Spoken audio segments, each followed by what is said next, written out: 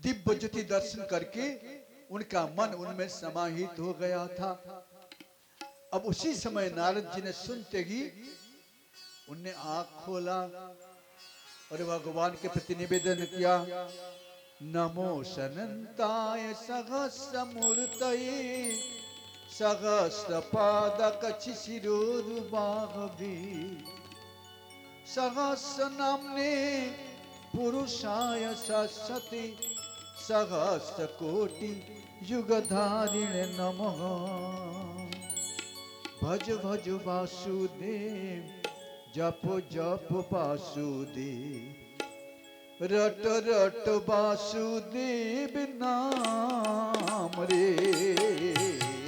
भज भज वासुदेव जप जप वासुदेव रट रट वासुदेव नाम रे। महायाकाश से ज्योति पुंज आया देवी के उदर में जाकर समाया।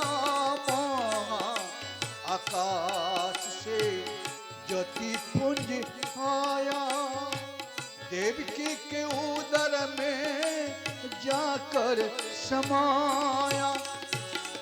जो है गुण का धाम रे जो है गुण का धाम रे।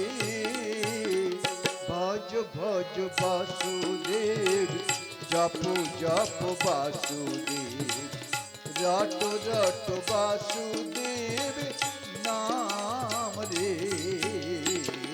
भज भज वासुदेव जप जप वासुदेव रट रट वासुदेव नाम रे।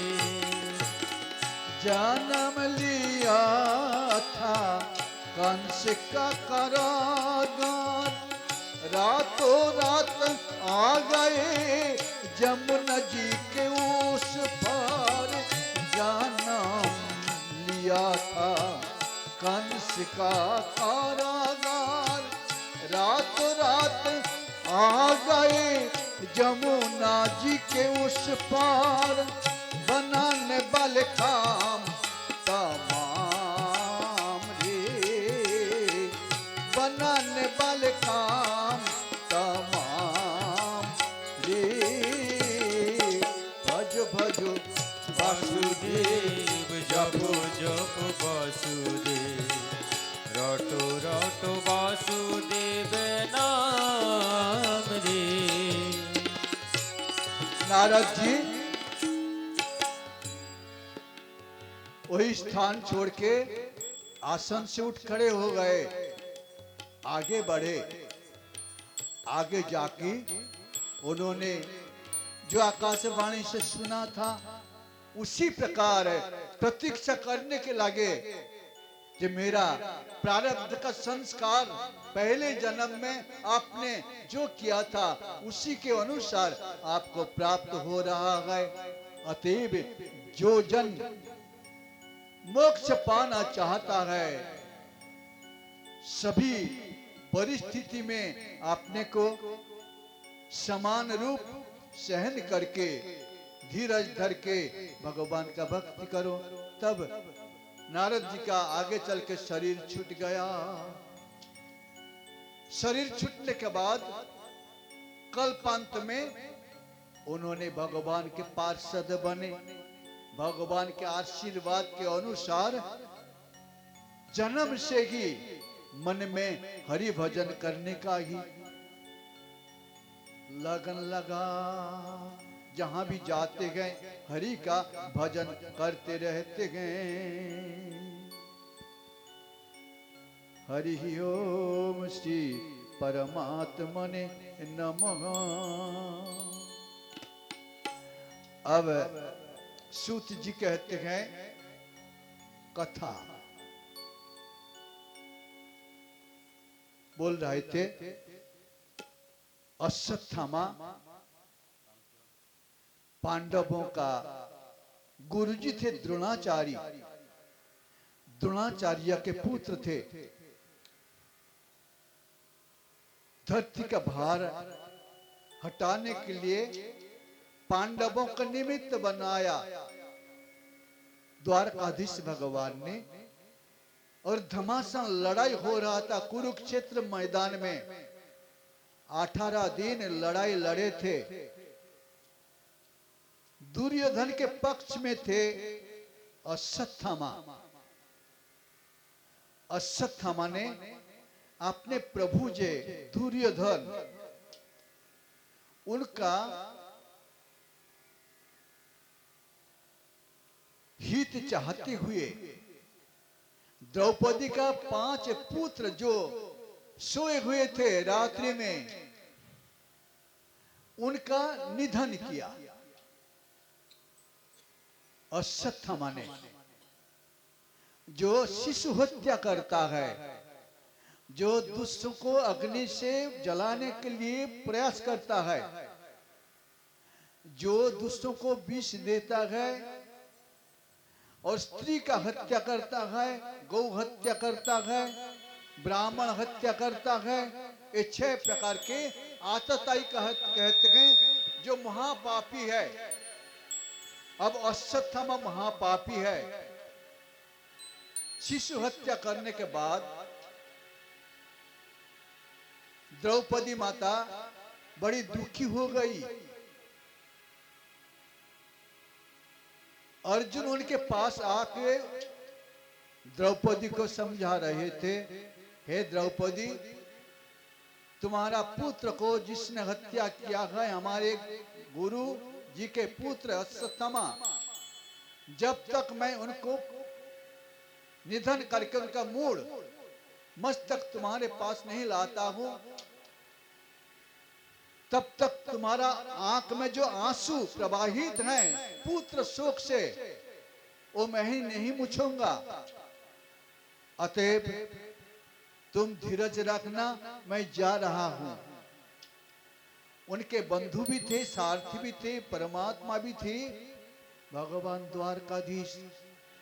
उनको बुलाया, रथ पर सवार हो गए, अपने गांडीव धनुष को उठाया और अश्वत्थामा के पीछे उन्हें भगाने लगे। अश्वत्थामा भी दौड़ रहा था, बहुत दूर गया। जब अश्वत्थामा ने देखा मेरा घोड़ा थक गया है, आगे नहीं चल सकता, उसने घोड़ा से उतर के आगे भागा। अर्जुन ने जाके उनको मारने वाले थे। अश्वत्थामा ब्रह्मास्त्र चलाने का कौशल जानता था, विद्या इसको मालूम था ब्रह्मास्त्र चलाने का, किंतु उसको लौटाने का उसको मालूम नहीं था। मृत्यु निकट जानकर उन्होंने ब्रह्मास्त्र को चला दिया।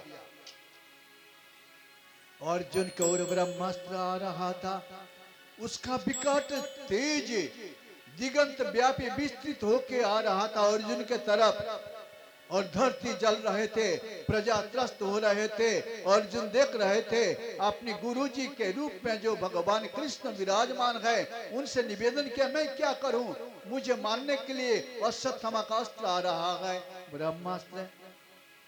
कृष्ण भगवान उनको संकेत किया, ब्रह्मास्त्र को केवल ब्रह्मास्त्र से ही प्रतिरोध किया जा सकता है, दूसरा कोई रास्ता नहीं है। अर्जुन ने ब्रह्मास्त्र चला दिया। जब चला दिया, अर्जुन का अस्त्र और अश्वत्थामा का ब्रह्मास्त्र दोनों टकरा गए। अब भगवान जी के सलाह से अर्जुन वही दोनों ब्रह्मास्त्र को अपने पास लौटा लिया था और दौड़ के गए और अश्वत्थामा को बांध लिया। बांध के जीवित अवस्था में उन्होंने अपनी पत्नी द्रौपदी के पास लेके पहुंचा दिया। पहुंचाते ही द्रौपदी माता तो दुखी थी, कारण यह है उनके 5 पुत्र को अश्वत्थामा ने रात के समय हत्या कर डाला। द्रौपदी अपनी रो रही थी, आंखों से आंसू बहा रही थी।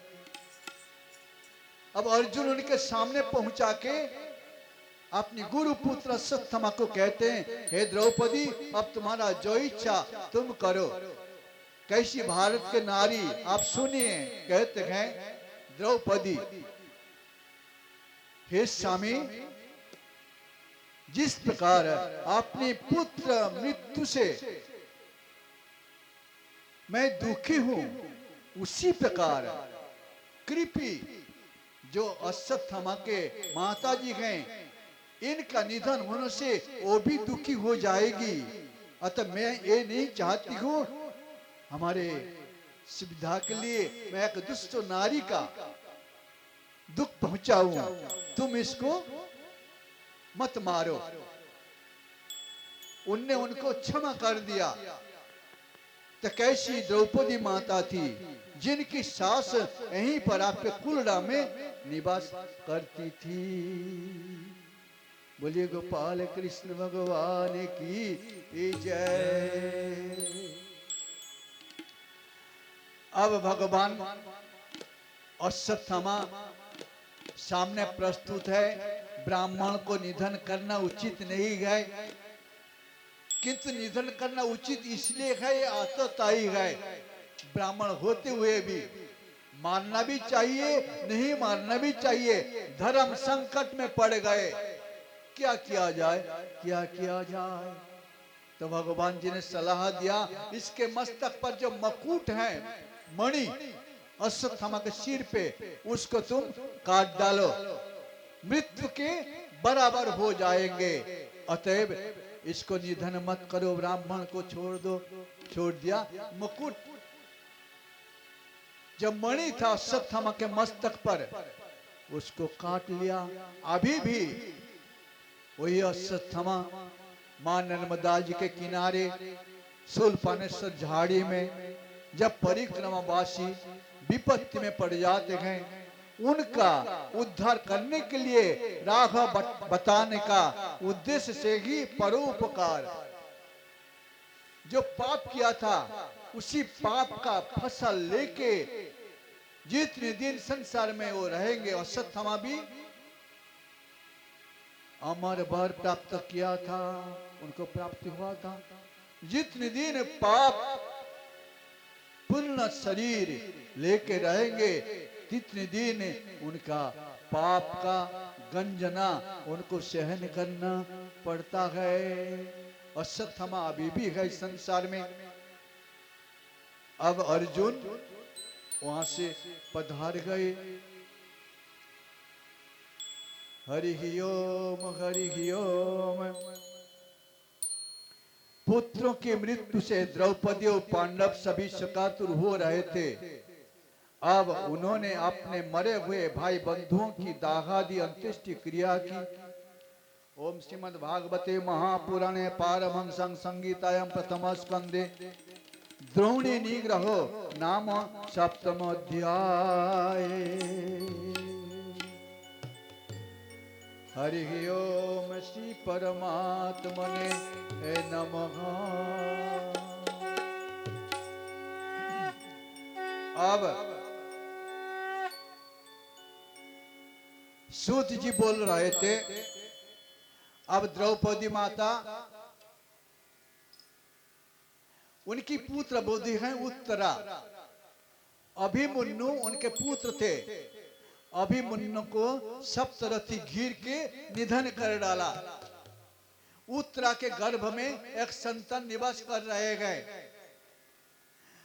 अब प्रतिहिंसा पूर्ण करने के लिए वही अश्वत्थामा ने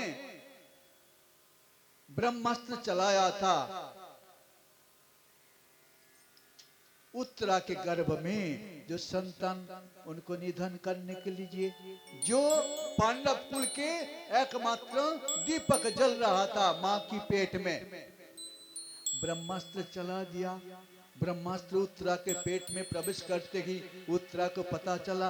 पता चलते ही उत्तरा ने बिकलाते हुए आप पहुंचे द्रौपदी माई के पास। द्रौपदी माता बोल रही थी, ही पुत्र वधू जब कोई भी विपत्ति आ जाए, दूसरे कहीं भी नहीं जाके तुम भगवान श्री हरि के शरण में जाओ, वही तुम्हें रक्षा करेंगे, दूसरा कोई नहीं है। माता द्रौपदी अपनी पुत्र वधू जो विपत्ति में गए उनको सुना रहे थे। श्री कृष्ण गोविंद हरे मुरारी, हे नाथ नारायण वासुदेवा। श्री कृष्ण गोविंद हरे मुरारे, हे नाथ नारायण वासुदेवा। श्री कृष्ण गोविंद हरे मुरारे, हे नाथ नारायण वासुदेवा। हे नाथ नारायण वासुदेवा, हे नाथ नारायण वासुदेवा।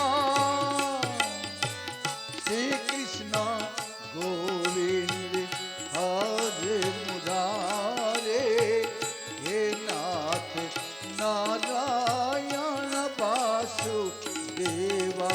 श्री कृष्ण गोविंद हरे मुरारे, हे नाथ नारायण वासुदेवा। द्रौपदी माता और उत्तरा माता दोनों मिलके भगवान का भजन करने लगी।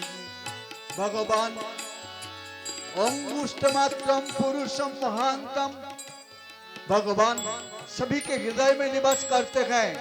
केवल आपका प्रार्थना का सामर्थ्य हो तब प्रकट होने में देर नहीं है। सभी के पास निवास करने वाले जो परमात्मा है प्रकट हो गए माता जी के पेट में। संतान मां की पेट में मृत्यु प्राप्त हो गए थे। अब अंगुष्ठ मात्र पुरुष उनके चारों ओर घूमने लगे। संतान जीवित हो गए।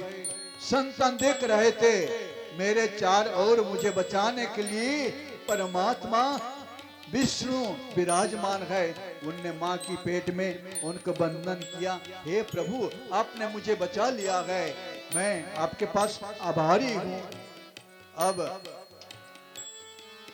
परमात्मा मां की पेट में सभी जीव को दर्शन देते हैं। जीव मां की पेट में निवास करते समय वायदा करता है, हे प्रभु मुझे आप जन्म दे दीजिए तो मैं आपको नहीं भूलूंगा।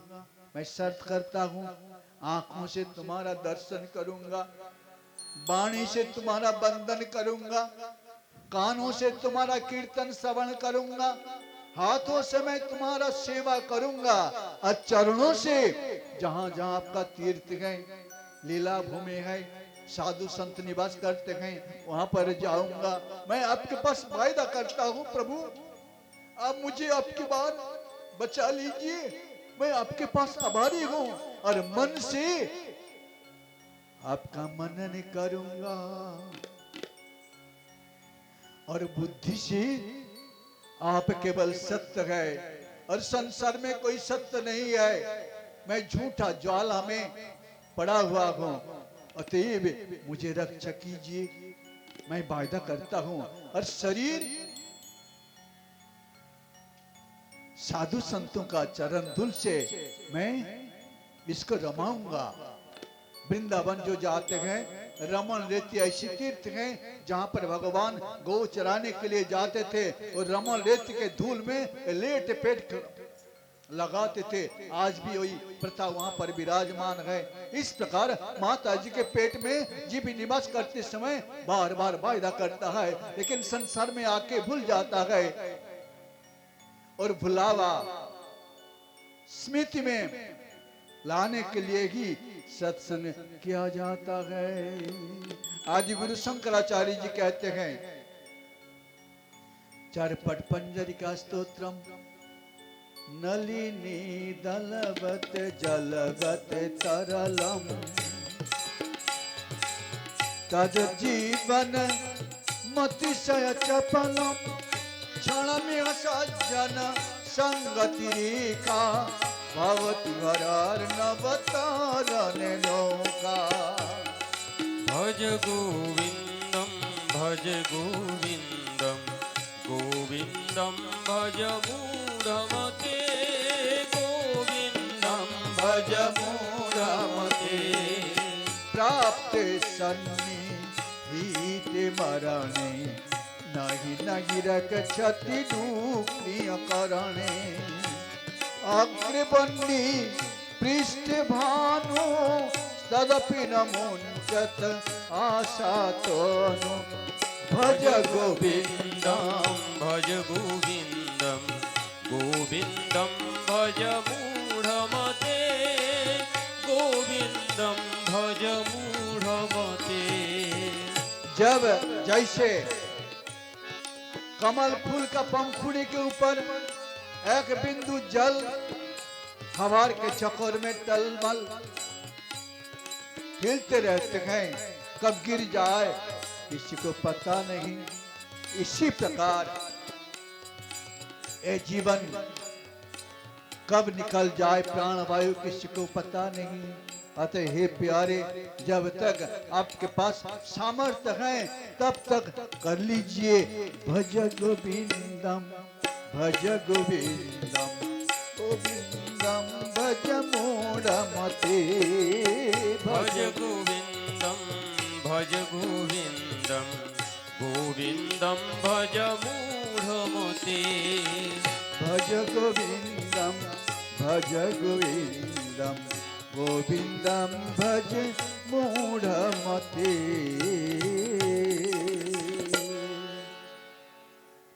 हरि ओम। अब संतान माता जी ने बचा लिया। उत्तरा माई ने ऐसी प्रार्थना किया जिनकी प्रार्थना से परमात्मा अपनी गर्भ में अपने बालक को बचा दिया। ऐसी सामर्थ्य आपके पास भी हो। भगवान पधारने का देर नहीं करते गए। अब बालक जन्म लिया है। पांडवों का एकमात्र